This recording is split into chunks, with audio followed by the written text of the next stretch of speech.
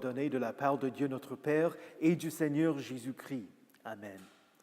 Le texte pour notre méditation ce soir vient de l'Évangile de Saint Matthieu, chapitre 20, versets 1 à 16, et en particulier le verset qui dit « Allez aussi à ma vigne, leur dit-il, et vous recevrez ce qui sera juste. » Il y a un épisode des Simpsons dans lequel Bart propose la prière de table suivante. « Cher Dieu, c'est nous qui avons payé toute la bouffe, alors merci de rien. » Combien de personnes pensent ainsi? Combien de personnes croient? J'ai droit à tout ce que je possède dans cette vie, et même à plus. J'ai étudié fort pour arriver au bon résultat. J'en aime d'autres pour qu'ils m'aiment en retour. Je travaille pour avoir des biens, un logement et de quoi manger. J'essaie de prendre soin de moi-même, de mon corps. Alors, je mérite ce que j'ai dans cette vie. Et pourtant, Luther explique dans le premier article du symbole apostolique, « Dieu m'a donné et me conserve mon corps avec tous ses organes, mon âme avec toutes ses facultés.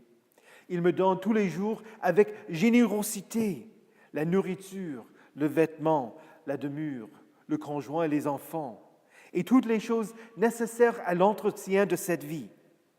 Il me protège dans tous les dangers, me préserve et me délivre de tout mal. Et cela sans que j'en sois digne, par sa pure bonté et sa miséricorde paternelle. Le tout est un don de Dieu.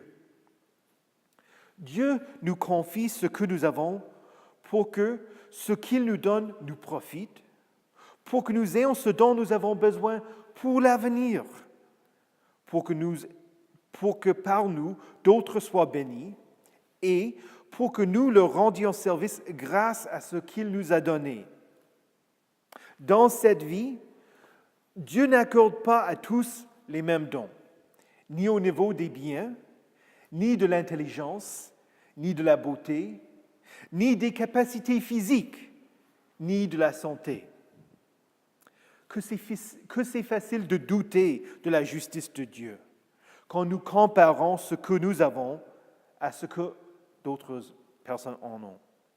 Il y aura toujours des inégalités dans ce monde qui peuvent toucher la qualité de nos vies, où nous sommes nés, qui sont nos parents, notre niveau d'éducation, que c'est facile de convoiter, de dire « Dieu aurait dû me donner ça » plutôt que de le lui donner à lui. Nous ne sommes pas satisfaits de ce que nous avons. Nous surveillons nos voisins et la jalousie ressurgit et nous disons « C'est moi qui mérite ce que Dieu lui a donné ».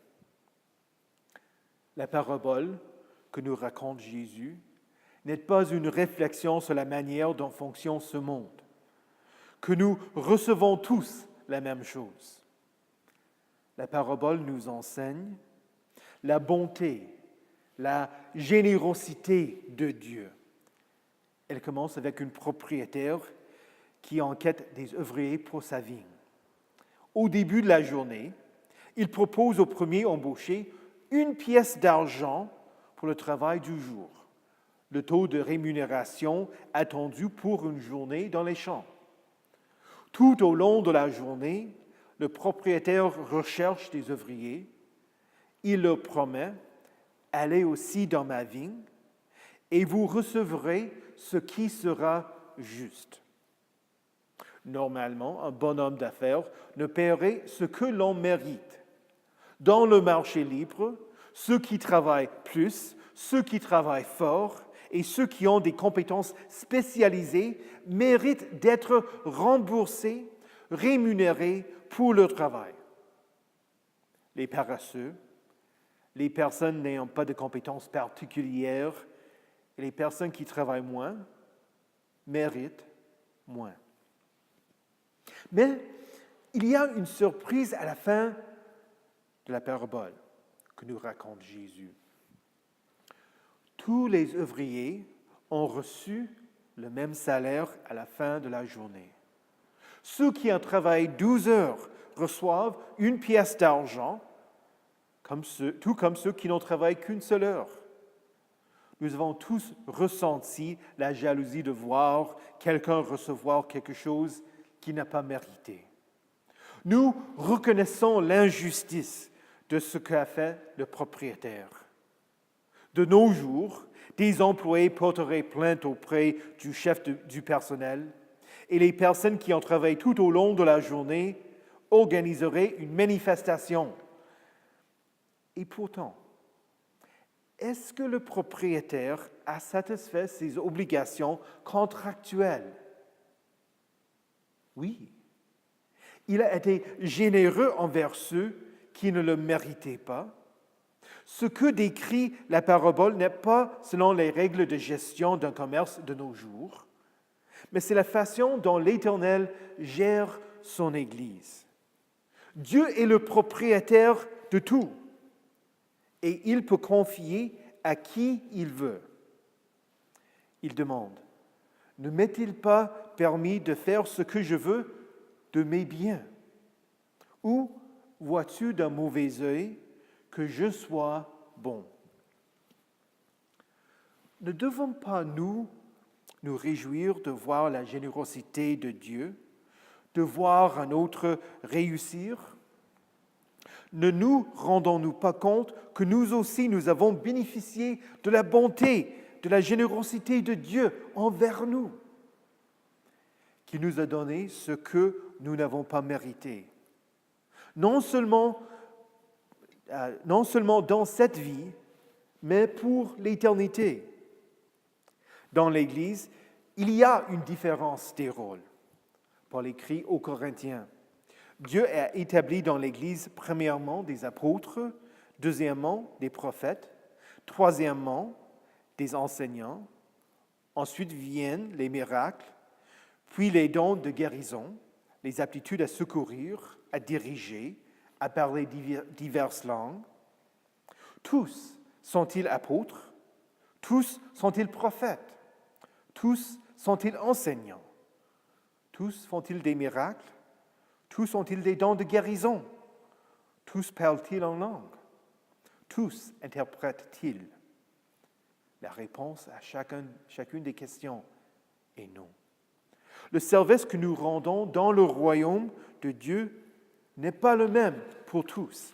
Et pourtant, il y a une égalité à savoir que nous recevons tous le même salut. Il n'y a qu'un seul Sauveur, Jésus-Christ, qui nous accorde la même justice devant Dieu, par le pardon de nos péchés. Il nous octroie le même baptême et le même Saint-Esprit. Il nous fait bénéficier d'un seul évangile. Alors, celui qui est mort pour moi est le même Seigneur qui est mort pour les rois et les présidents et les chefs d'État de ce monde. Paul écrit dans sa lettre aux Galates, « La loi a été le guide chargé de nous conduire à Christ, afin que nous soyons déclarés justes sur la base de la foi. Vous êtes tous fils de Dieu par la foi en Jésus-Christ. En effet, vous tous qui avez été baptisés en Christ, vous êtes revêtus de Christ. Il n'y a plus ni juif ni non-juif. Il n'y a plus ni esclave ni libre. Il n'y a plus ni homme ni femme, car vous êtes tous un en Jésus-Christ. Si vous appartenez à Christ, vous êtes donc la descendance d'Abraham et vous êtes héritiers conformément à la promesse. Ainsi, je demande, si Jésus m'aime et m'estime autant que les plus riches, les plus beaux, les plus puissants, qu'est-ce que ça peut me faire que Dieu accorde aux autres ce qu'il ne m'a pas donné? Jésus m'a purifié par son propre sang. Je suis baptisé au nom de Jésus, qui est mort pour moi et qui est monté au ciel, qui siège à la droite du Père Tout-Puissant, Dieu Tout-Puissant, et qui reviendra pour me donner la vie éternelle. Je n'ai aucun droit de me plaindre de ma situation de vie. Dans ce royaume de Dieu, Dieu ne nous estime pas pour le service que nous pouvons lui rendre. Il nous offre ce qui est juste. Ce que propose Jésus dans la parabole, c'est la générosité de Dieu qui nous offre un salut gratuit, qui ne nous coûte rien, qui nous invite à ses vignes. Je vous demande, que feraient les personnes embauchées qui ont bénéficié de la générosité du propriétaire, qui ont reçu ce qu'ils n'ont pas mérité? Pensez-vous qu'ils reviendraient le lendemain, voulant le servir de nouveau? Voudraient-ils le servir avec fidélité, reconnaissant de ce qu'ils ont reçu? Il me semble que la réponse est oui. Et vous? Voulez-vous travailler dans la vigne de l'Éternel? Voulez-vous le servir, sachant qu'il est généreux, offrant plus que ce que vous méritez? Mettez en œuvre votre salut avec crainte et profond respect. C'est Dieu qui produit en vous le vouloir et le faire pour son projet bienveillant.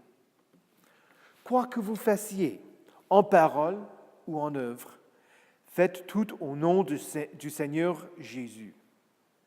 Dieu estime celui qui travaille dans les égouts autant que le président de la République, la mère au foyer qui nourrit et prend soin de ses enfants, autant que le directeur général qui gagne des centaines de milliers d'euros.